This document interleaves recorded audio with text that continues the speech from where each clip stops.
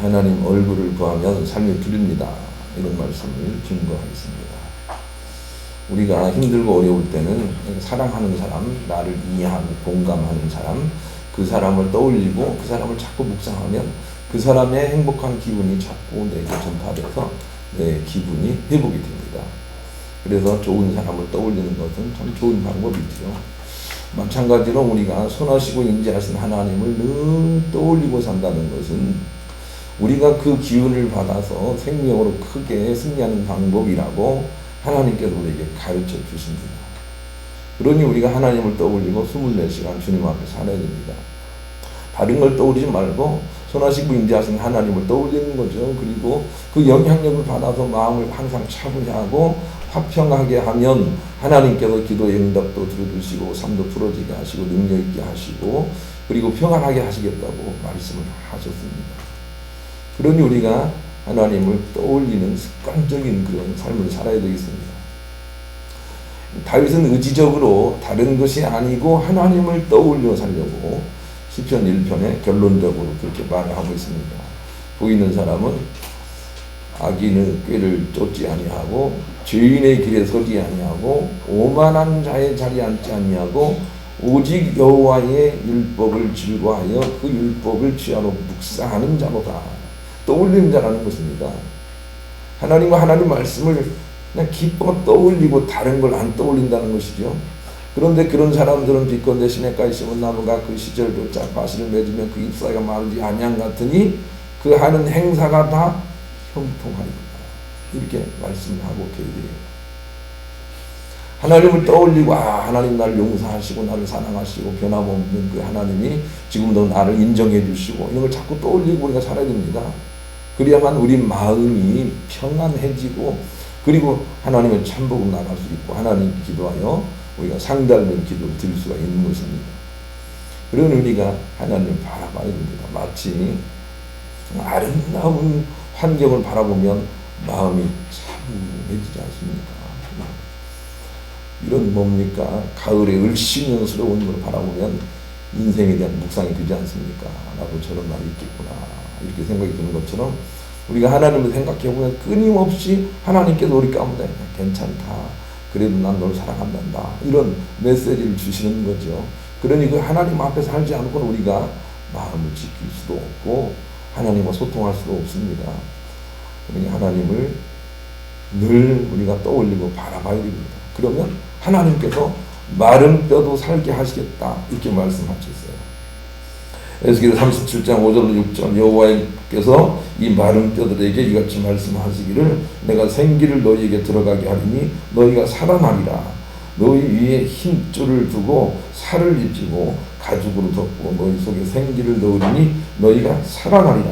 이렇게 말씀하셨는데 생기는 예수 그리스도를 말씀하시는 것이나 하나님을 앙망할 때 나오는 모든 것들을 다 생기라고 할 수가 있습니다.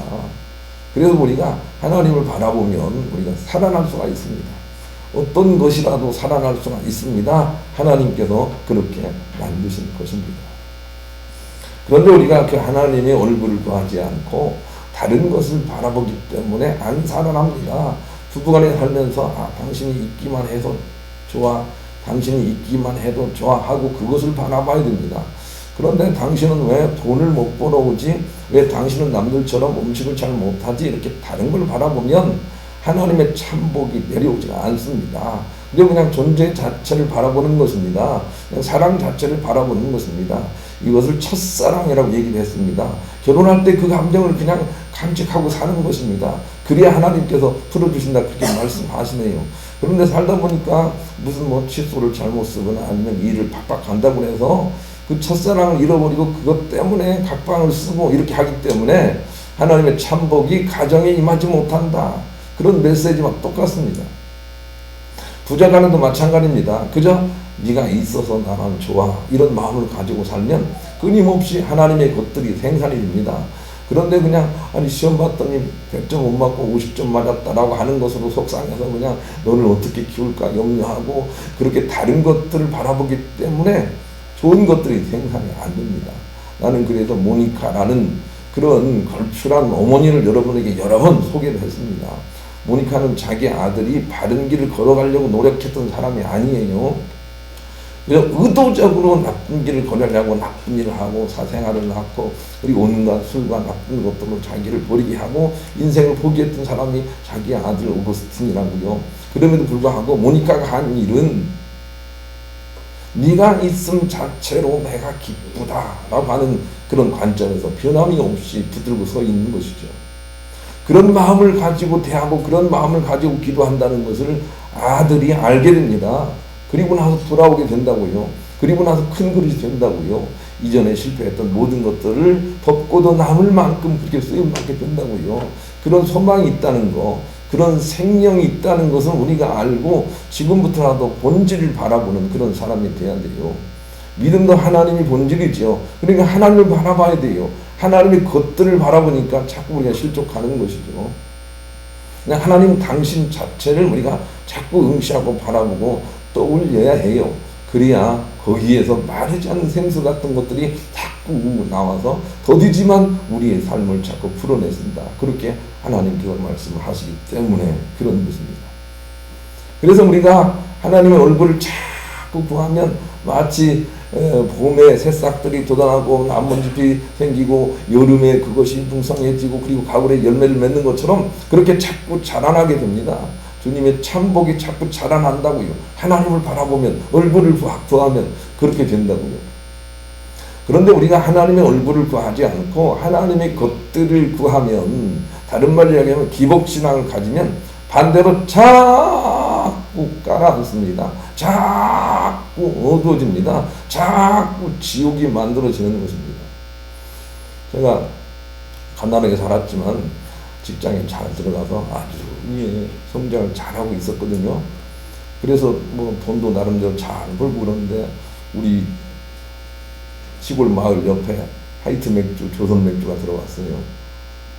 내가 좀 보상을 해주고 뭘 해준다고 막 동네 사람들 갖다 이렇게 취직도 시키고 그리고 막 이렇게 동네 사람들이 운수업을 할 수 있도록 막 배려를 해준 거예요. 그때 저도 운수업을 한다고 끼어들었지 않습니까? 직장에 다니면서. 그래가지고 한참 잘 나가려고 했죠. 그런데 그냥 2달도 채 되지 않아서 무슨 조치가 내려졌는가 하면 이제부터 밤 12시 이후에는 술 팔아서는 안 된다. 막 그런 조치가 한번 내려왔어요. 2달도 안 됐어요. 제가 일을 시작한 지. 그래가지고 망해버린 거 아닙니까? 그런데 제가 돈을 추구하면서 얻은 결론이 하나 있어요. 그게 무엇이냐면 돈을 추구하면서부터는 가정의 웃음이 사라져요. 내가 기타를 그렇게 좋아해서 앰프 기타 작은 걸 사다 놓고 집에서 그냥 열심히 그렇게 자기 흥에 겨워서 치고 그랬는데 돈을 추구하고 다른 사업을 하면서부터는 그럴 생각이 나지 않아요. 가정의 노래가 사라져요. 그리고 나서 회개하고 하나님 앞에 하나님만 추구하겠습니다 하고 헌신하고 이 길로 오게 되는 거죠. 여러분 그 얘기를 오늘 본문이 하고 있어요. 여러분이 돈을 추구하게 되면 여러분 내면 속에서 즐거움이 웃음소리가 신랑 신부의 그런 결혼식의 화목함들이 다 사라질 것이다. 아주 냉랭해질 것이다. 이런 얘기를 하고 계세요. 가정에 들어가도 막 이렇게 유머나 혹은 기쁨이 있는 것이 아니라 그냥 냉랭하고 막 그냥 싸늘하고 찬바람이 불고 이런 현상들은 우리가 진리가 아닌 돈을 추구하고 있다는 것을 오늘 말씀을 통해서 비춰서 알 수가 있게 되는 것입니다. 이제 말씀을 한번 보겠습니다. 그런 거예요. 우리 내면 속에서 이런 기쁜 소리들이 사라질 것이다 라고 하는 거예요. 22절 읽습니다. 시작. 또 검은 곳 타는 자와 풍류하는 자와 풍소 부는 자와 나팔 부는 자들의 소리가 결코 다시 네 안에서 들리지 아니하고 어떠한 세공업자든지 결코 다시 네 안에서 보이지 아니하고 또 맷돌 소리가 결코 다시 네 안에 들리지 아니하고 23절 등불빛이 결코 다시 내 안에서 비치지 아니하고 신랑과 신부의 음성이 결코 다시 내 안에 들리지 아니하리로다. 너의 상인들은 땅의 왕족들이라 내 복술로 말미암아 만국이 미혹되었다. 여기 복술이라는 말이 나오죠. 복술. 너는 누구냐면 예수 믿는 사람들이에요. 불신자를 의미하지 않아요. 예수 믿는 사람들이 복술, 기복적인 신앙을 가지면 그것으로 말미암아 세상 사람들, 상인들이 그 경쟁적인 사회를 만들 것이고, 그리고 네 안에서 즐거움의 소리가 사라질 것이다. 이런 얘기예요. 여러분 마음속에는 누가 옆구리를 푹 찌르면 왜 그래? 이런 마음입니까? 아니면 옆구리를 푹 찌르면 너 죽을래? 이런 마음입니까? 어떤 마음입니까?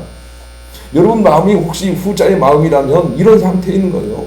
여러분 속에 생명으로 생기로 역사하는 그분이 주인이 아니고 물질, 염려, 근심, 걱정 이런 것들이 주인이기 때문에 그렇다는 것입니다.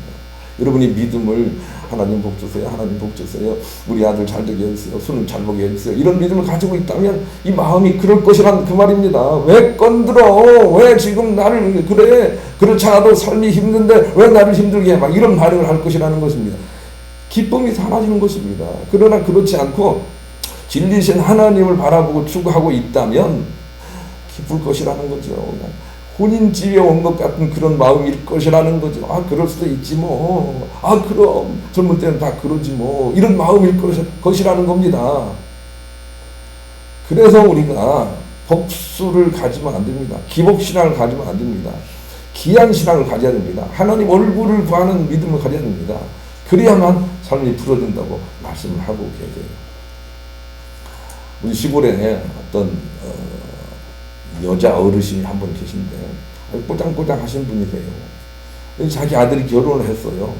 그리고 나서 첫 번째 며느리가 선물을 사가지고 집에 인사를 왔는데 명절이 돼서 이 어머니가 생각하기를 이 며느리 좀 내가 기를 잡아야 되겠다 라고 생각을 하면서 선물 가져온 것을 탁 내버리면서 너는 시어머니 알기를 뭘로 하느냐 라고 하면서 이런 걸 선물로 가져왔냐고 라고 하면서 고통을 친 거예요. 자기는 교육을 시켜야 되겠다고 그렇게 하는 거예요. 며느리가 상처를 받았어요. 그래도 경비하지 않을 수가 공양하지 않을 수가 없으니까 또 다음 명절에 더 좋은 걸 신경 써서 사왔다고 해요. 그런데 또 버린 거예요. 그것이 조금 지나쳤나 봐요. 이제는 며느리가 안 와요. 오질 않아요. 이제는 그 시어머니가 혼자 늙어가지고 그냥 혼자 살아요. 자식 없이 혼자 살아요. 오늘 말씀과 좀 같아요. 우리 속에 기복, 물질을 추구하면 정말 기쁨이 없는 그 세계가 올 것이라는 거예요. 그러나 진리신 하나님, 빛되신 하나님, 인자하신 하나님을 우리가 계속 추구하면 자꾸 살아날 것이다. 그렇게 말씀하세요. 이게 하나님의 방법이에요. 하나님은 우리에게 뭘 주세요라고 할 때 예다 100만 원 이렇게 주시는 분이 아니세요. 그렇게 주신다고 말씀하지 않았어요. 우리가 자꾸 우리 믿음이 성장하게 될 때 마치 나무가 자라는 것처럼 네 삶이 너도 모르는 사이에 자꾸 하나님의 천복의 열매가 맺힐 것이다. 그러니 나를 신뢰하고 내 말을 따라서 그렇게 살아볼 수 없겠느냐. 이렇게 하나님께서 우리에게 권면을 하고 계세요. 하나님의 오늘 본문의 메시지는 무엇이냐면 기복신앙을 버려라. 하나님의 얼굴을 구하라는 거예요. 하나님 주님만 계시면 나는 좋습니다. 이런 믿음을 가지라는 거예요. 그러면 삶이 풀어질 것이다. 이렇게 말씀을 하고 계세요. 그런 마음을 가지고 복음성경 495장을 부르겠습니다. 하나님의 얼굴을 구하고 살면 하나님이 무궁하신 수로 풀어내야 돼요. 우리는 그 길을 잘 모르거든요. 하나님이 풀어내는 것은 길이 항상 있어요. 셀 수도 없는 길이 있어요. 그러니까 낭망하지 말고 걱정하지 말고 그냥 하나님 모시고 그냥 하나님을 떠올리고 살아보세요. 그래서 하나님으로 인하여 기분이 아주 좋아지는 상태, 그 상태를 계속 유지하는 거죠. 그렇게 하나님께서 인도하시겠다. 이렇게 말씀하셨어요. 그러기 위해서는 첫째로 하나님의 얼굴은 선하심 자체다라고 하는 것을 우리가 알아야 돼요. 어떤 사람들은 하나님이 어디 계십니까? 하나님이 어디 계십니까? 라고 하지만 하나님을 만난 사람은 아무도 없습니다. 그런데 하나님은 뭔지는 잘 모르지만 선하신 창조주시다 라고 하는 것을 아는 사람은 하나님을 만난 사람이에요. 하나님 만나기가 너무 쉬운데 그걸 모르는 거예요. 아인슈타인은 14살 되던 자기 아버지가 나침반을 하나 사다 줬는데 나침반이 자꾸 어느 한쪽만 가리키는 거예요. 그래서 나침반 가지고 자기 호기심을 발동해서 어떻게 나침반이 한쪽만 계속 가리킨가? 아, 거기에 보이지 않는 힘이 있구나 라고 하면서 보이지 않는 힘의 실체를 찾아가다가 하나님 만납니다. 아, 모든 만물의 보이지 않는 힘의 근원은 하나님이시구나. 그리고 하나님을 전제하고 살았더니 자꾸 삶의 문제, 과거의 문제가 풀리게 하시는 거죠. 우리 삶이 마찬가지입니다. 하나님의 선하심과 하나님의 자비하심을 근원적인 힘으로 여기고 살면 이상하게도 삶이 풀립니다. 그것이 하나님께서 우리 가운데 원하시는 바죠. 그래서 다윗은 자꾸 하나님의 선하심과 인자하심을 누구리 합니다. 하나님은 선하십니다. 하나님은 인자하십니다. 하나님 선하십니다. 하나님 인자하십니다. 이렇게 자꾸 놀이합니다. 오늘 본문에 책갈피를 하시고 시편 136편을 떠들러 보도록 하겠습니다. 다윗이 왜 그렇게 놀이하지 않을 수가 없었는지 그 이유를 알면 136편 시편 136편 우리도 그 마음을 이해할 수가 있습니다. 하나님의 선하심과 인자하심 자체가 하나님 당신의 본질입니다. 그것을 사랑이라고 표현도 했고 빛이라고 표현도 했습니다. 하나님의 선하심과 인자하심을 아는 사람은 하나님 만난 사람입니다. 시편 136편 1절 읽습니다. 시작. 여호와께 감사하라. 그는 선하시며 그 인자하심이 영원합니다. 2절이요. 신들 중에 뛰어난 하나님께 감사하라. 그 인자하심이 영원합니다. 3절이요. 주를 중에 뛰어난 주께 감사하라. 그 인자하심이 영원합니다. 4절. 홀로 그 기이한 일을 행하신 이에게 감사하라. 그 인자하심이 영원합니다. 그 말씀이 왜 계속 반복해서 그렇게 이어지는지 우리가 이해할 수 있어야 돼요. 하나님은 인자하시다. 하나님이 인자하시다. 하나님이 인자하시다. 하나님이 인자하시다. 인자하신 하나님, 선하신 하나님, 자비하신 하나님, 그분이 하나님이시군요. 다윗은 이걸 압니다. 그리고 사망의 음침한 골짜기로 가는 일이 있어도 두려워하지 않습니다. 왜냐하면 하나님의 선하심과 인자하심이 정녕 나를 따르느니 그 믿음을 가지고 있는 것입니다. 그게 하나님의 얼굴을 구한 사람의 신앙생활입니다. 하나님의 선하심과 인자하심이 정녕 나를 따르느니 이 믿음을 가지는 거죠. 그게 하나님을 만난 사람이에요. 하나님을 만난 사람은 바람에 나는 겹처럼 요동하지 않아요. 하나님의 선하심과 인자하심이 정녕 나를 따르리라고 믿기 때문이지. 이런 믿음을 가진 사람이 의인이에요. 의인은 분명히 그 나무가 자라는 것처럼 하나님의 참복도 자라게 돼 있어요. 그러나 악인은 그렇지 않으며 바람에 나는 기어와 같도다. 이렇게 말씀하시고 악인이 의인의 회중에 들지 못한다는 것입니다. 천국에 못 간다는 것입니다. 어떤 사람이 의인입니까? 하나님의 선하심을 깨달아 알고 그 그들과 날개 아래서 벗어나지 않으려고 애쓰는 사람입니다. 이런 사람들이 참복받고 천국 간다. 이렇게 말씀해 주세요. 로마서 11장 22절은 이렇게 말씀하고 있습니다. 만약 우리가 하나님이 아주 무서운 분이라고 그렇게 여긴다면 네 인생이 무섭게 될 것이다. 그러나 하나님이 선하신 분이라고 인정한다면 네 인생도 선하게 될 것이다. 이렇게 말씀하고 있어요. 이 말은 우리가 이렇게 응용할 수가 있습니다. 여러분 어머니 아버지를 싫어하는 사람이 있다면 어머니 아버지가 싫은 사람이라고 생각한다면 여러분의 인생도 그렇게 될 것입니다. 그러나 어머니 아버지가 참 좋으신 분이다 라고 깨달아 아는 사람이라면 그의 인생도 풀릴 것이다. 이렇게 우리가 유추할 수 있습니다. 또 이렇게 유추할 수 있습니다. 아, 우리 신랑은 좋은 사람이야. 이렇게 깨닫는 사람은 그 관계가 좋아질 것입니다.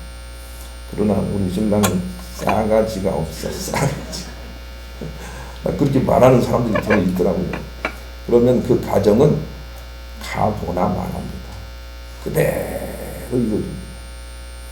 어떤 사람들은 하나님 무섭다는 거예요. 하나님.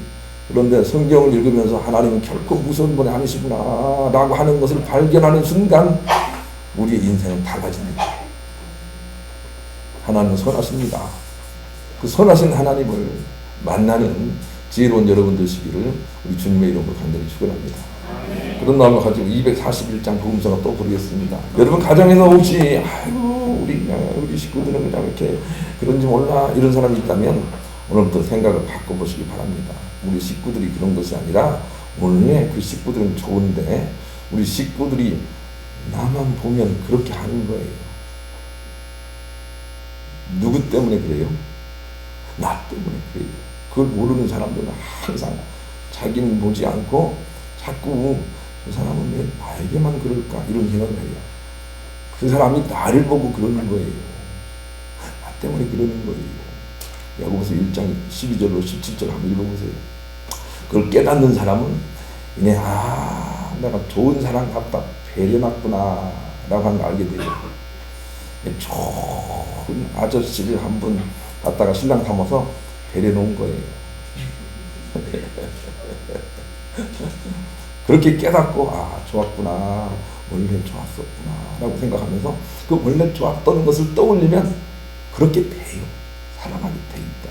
그게 잘 안 되니까 하나님을 떠올리고 신랑과 아내를 대하라 이렇게 하나님께서 말씀을 하시는 거죠. 원래 나쁜 것은 없다 라는 생각이 우리가 필요합니다. 원래 나쁜 것은 없다. 그렇게 생각하면 삶이 풀릴 수가 있습니다. 두 번째, 교회가 얼굴을 구하면 세상이 밝아진다는 것입니다.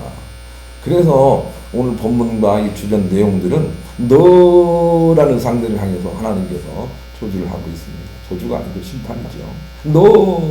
너는 그렇게 될 것이다. 너는 네 안에서 신랑과 신부의 소리가 사라질 것이다. 네 안에서 무슨 음악 소리가 사라질 것이다. 여기 너가 누구냐면 예수를 믿지만 기복신앙을 가지고 있는 믿음의 사람을 의미합니다. 다른 말로 얘기하면 기복신앙을 가지지 않고 버리고 그리고 귀한신앙, 얼굴을 구하는 믿음을 가지면 너 때문에 세상도 밝아질 것이다 라고 하면서 세상 상인 얘기를 또 꺼내고 있는 거예요. 우리 교회가 복을 주세요, 복을 주세요 그렇게 하지 않고 하나님 당신을 주세요, 하나님 얼굴을 주세요, 마음의 평안을 주세요, 하나님이 우리 가정의 왕으로 다스려 주세요 자꾸 이렇게 기도를 하면 여러분뿐만이 아니라 여러분의 가정뿐만이 아니라 세상도 밝아진다 그 말입니다. 반대로 우리가 자꾸 복을 주세요, 복을 주세요, 복을 주세요, 복을 주세요 라고 하니까 세상도 어두워지고 네 마음 속에서 기쁨이 사라지지 않느냐 이렇게 우리에게 말씀을 하시는 거예요. 그러니 열심히 우리가 하나님 얼굴을 구해야 돼요. 하나님 얼굴이 선하심 자체라는 것 여러분 기억하시죠? 하나님은 선하십니다. 하나님은 선하십니다. 하나님은 선하십니다. 왜 그런데 하나님의 선하심이 내 마음속에 이렇게 와닿지 않죠? 내게도 그걸 주시기를 합니다. 하나님은 선하십니다. 하나님은 선하십니다. 자꾸 우리가 기도를 하면서 선하신 하나님으로 떠올리고 무슨 일을 할 수 있다면 우리가 다윗이 되는 것입니다. 우리가 예수님처럼 될 수가 있는 것입니다. 그런데 우리는 광야의 백성들처럼 좋을 때는 하나님이 선하십니다 라고 하다가 전쟁의 기운만 있으면 하나님 어디 갔습니까? 자꾸 이렇게 말을 한단 말입니다. 그것이 하나님 보시기에 합당하지 않다는 것이죠.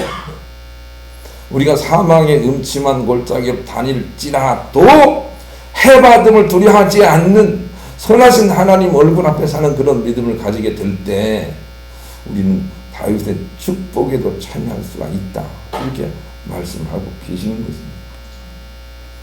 그래서 교회는 하나님의 얼굴을 보여야 됩니다.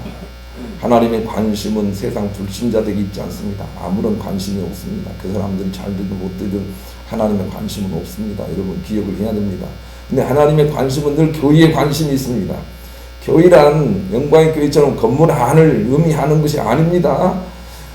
하나님을 선하신 분으로 모시고 사는 사람들의 모임이 교회입니다. 그리고 하나님은 이 교회에만 관심이 있어요. 그래서 교회가 교회되면 하나님의 선하심과 얼굴을 구하면 하나님께서 그 교회를 통해서 세상을 복을 주겠다 그렇게 말씀하세요. 아브라함 한 사람을 통해서 롯의 가정과 소돔을 구하려고 했던 하나님이세요. 한 사람을 통해서 예수님 한 사람을 통해서 세상을 구하려고 하셨던 하나님이시라고요. 우리 믿음의 사람들이 하나님의 얼굴을 구하기 시작하면 세상이 밝아질 것이다.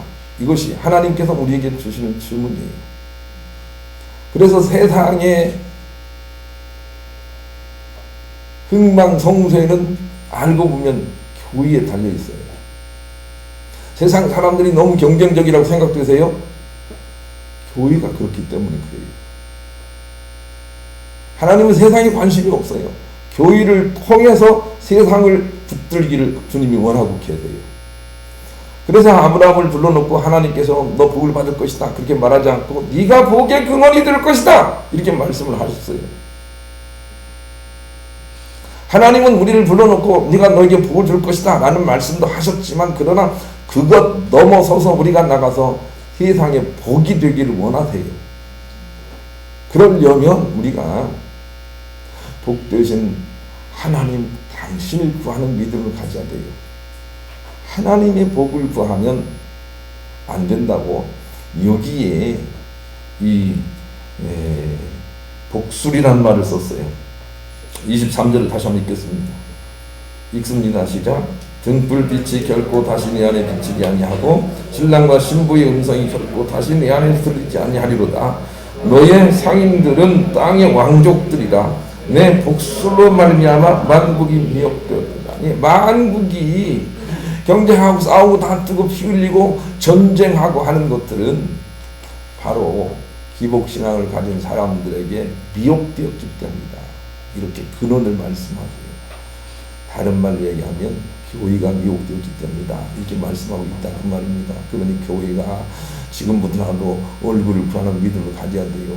하나님의 선하심, 인자하심이 영원하미로다. 이런 믿음을 가지고 하나님을 의지하게 될 때 우리뿐만이 아니라 세상이 밝아진다. 가정이 밝아진다.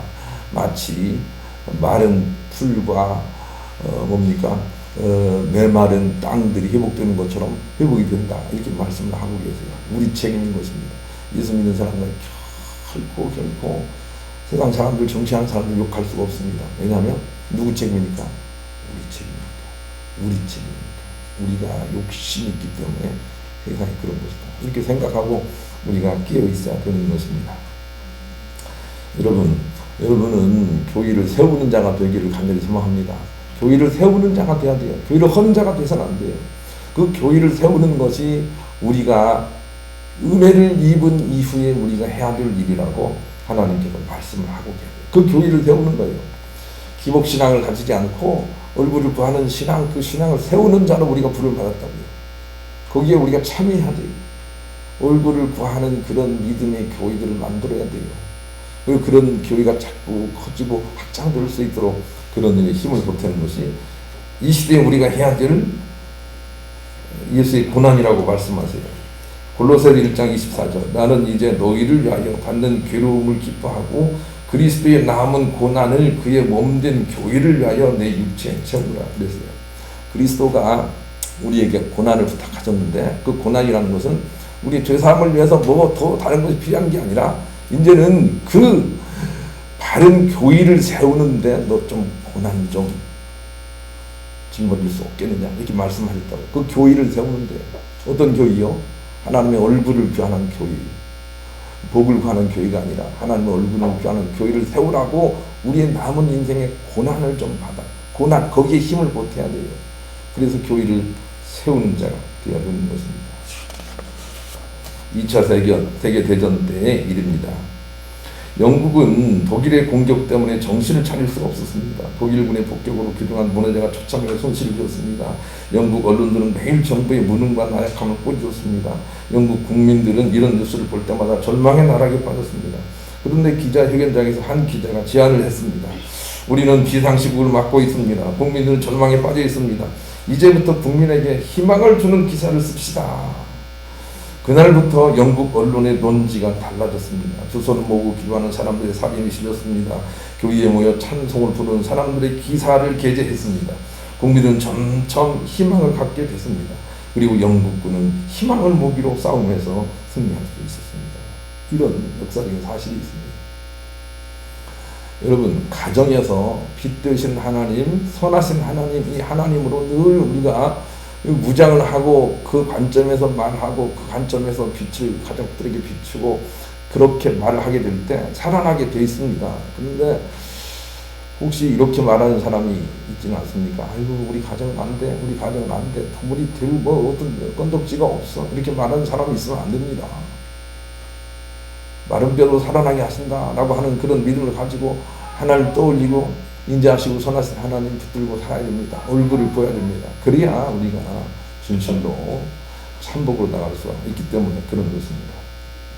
아모스 5장 4절 여호와께서 이스라엘 족속에게 같이 말씀하시기를 너희는 나를 찾으라 그리하면 살리라 그랬습니다. 옛날에 우리가 못 살 때 그때는 시골에 산다면 변소가 저 밖에 있지 않습니까? 그래서 밤에 화장실 일이 생기면 굉장히 복잡해요. 그래서 가장 가까운 사람을 깨워가지고 같이 가지 않습니까?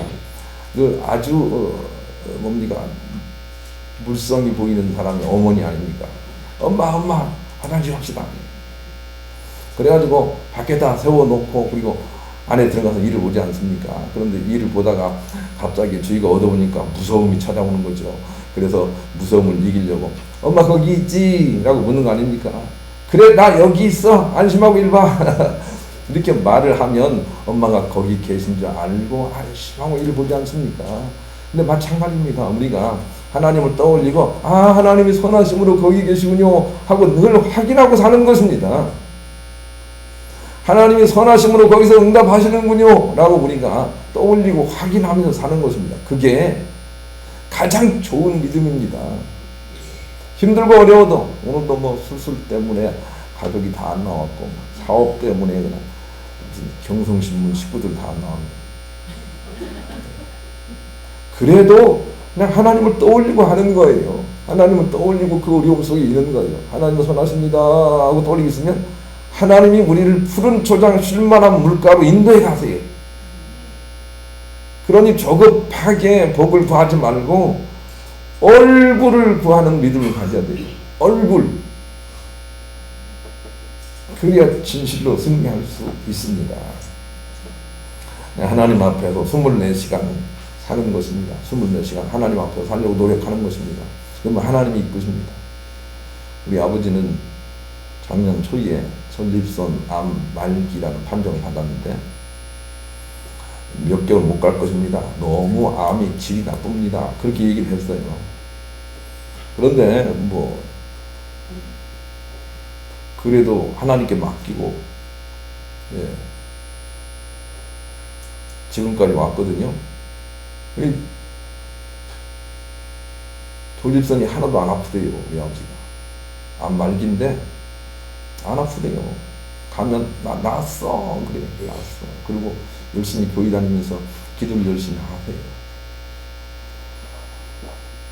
선하신 하나님을 의지하고 붙들고 그냥 살면 별수리 다 생겨요. 그리고 나서 우리 어머니가 이제 또 암 말기가 또 선고가 됐어요. 지금 내가 할 일은 무엇인지 아시죠? 선하신 하나님 의지하고 내가 맡기고 하는 거예요. 병원 가기 있으면 가고 하는 거예요. 그리고 하나님께서 어떻게 하시는지 보는 거죠. 그리고 함께 기도해주세요. 하나님 선하십니다. 하나님 선하십니다. 선하게 이끌 줄 믿습니다. 그렇게 하게 될 때 우리가 알지 못하는 그런 세계가 있어요. 하나님이 이끄신다고. 우리는 그냥 24시간 하나님 앞에 사는 것 뿐입니다. 힘을 추구하는 믿음에서 얼굴 추구하는 믿음으로 빠져나와야 됩니다. 이제 요한계시록 18장 4절을 한번 읽겠습니다. 힘을 추구하는 믿음에서 얼굴을 추구하는 믿음으로 빠져나와야 됩니다. 우리가 천국 갈 수 있기 때문이죠. 요한복음 18장 4절을 읽습니다. 시작. 또 내가 들으니 하늘로부터 다른 음성이 나서 이르니 내 백성아 거기에서 나와 그의 일에 참여하지 말고 그가 받을 재앙들을 받지 말라. 거기가 어디라고요? 기복신앙이라니까요. 거기가 기복신앙이라고요. 기복신앙에서 빠져나와라! 이렇게 말씀하세요. 그래서 하나님 얼굴을 구하는 신앙 붙들고 있을 때 우리가 천국으로 이끌림 받아 간다. 이렇게 말씀을 하고 계세요. 거기서 빠져나와야 돼요. 하나님의 얼굴을 떠올려 살기만 하면 삶이 풀어집니다. 그래서 하나님은 모세와 아론이 살고 있을 때 그들에게 명하여 이스라엘 백성들에게 제발 기도의 제목을 바꾸게 하라 하고 저들에게 말을 했습니다. 내 얼굴을 구하라. 내 얼굴빛을 구하게 하라. 이렇게 기도를 바꾸도록 명을 했다고요. 민수기 6장 22절로 27절이에요. 여호와께서 모세에게 말씀하여 이르시되 아론과 그의 아들들에게 말하여 이르기를 너희는 이스라엘 자손을 위하여 이렇게 축복하여 이르되 여호와는 내게 복을 주시고 너를 지키기를 원하며 여호와는 그의 얼굴을 내게 비추사 은혜 베푸시기를 원하며 여호와는 그 얼굴을 내게로 향하여 대사 평강 두시기를 원하노라 할지니라 하라. 그렇게 하라고 주님이 가르쳐 주세요. 내 얼굴을 봐라고 가르쳐라. 내 얼굴을 봐라고 가르쳐라. 이게 아론의 축복이에요. 아론의 축복이라는 찬양이 신문 3면에 있습니다. 우리 함께 불러보겠습니다. 얼굴을 구하면 그렇게 될 줄로 믿으시고 얼굴을 구해서 천복 받으시는 여러분 모두가 되시기를 우리 주님의 이름으로 간절히 축원합니다.